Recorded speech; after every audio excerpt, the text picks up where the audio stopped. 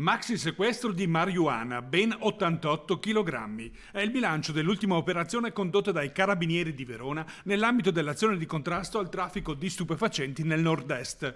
L'operazione era partita dai consueti controlli dei militari in prossimità dei caselli e delle aree di sosta autostradali.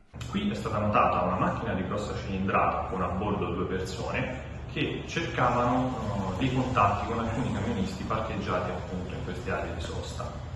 Una volta trovato il contatto, sono stati notati salire velocemente in macchina e partire in direzione di Vicenza. Sono stati pedinati sino alla zona industriale di Lonigo, dove sono stati visti caricare a bordo della propria macchina 2 grosse borse nere.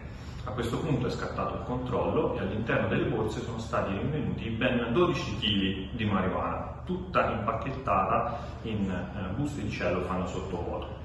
Il quantitativo e le modalità dello scambio hanno fatto insospettire i militari, che hanno individuato in poco tempo anche il camion, da cui presumibilmente era stato scaricato lo stupefacente. A bordo di questo autoarticolato sono stati ritrovati ben 76 kg di stupefacenti che il camionista probabilmente avrebbe dovuto consegnare ad altre persone.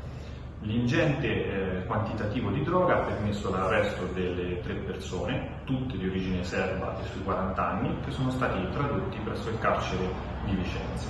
Gli uomini, senza precedenti per droga, saranno interrogati nei prossimi giorni. Dovranno rispondere sul come siano entrati in possesso di quasi 1 quintale di infiorescenze di marijuana e a chi fosse destinato la maggior parte del carico, che sul mercato avrebbe fruttato oltre 250.000 euro.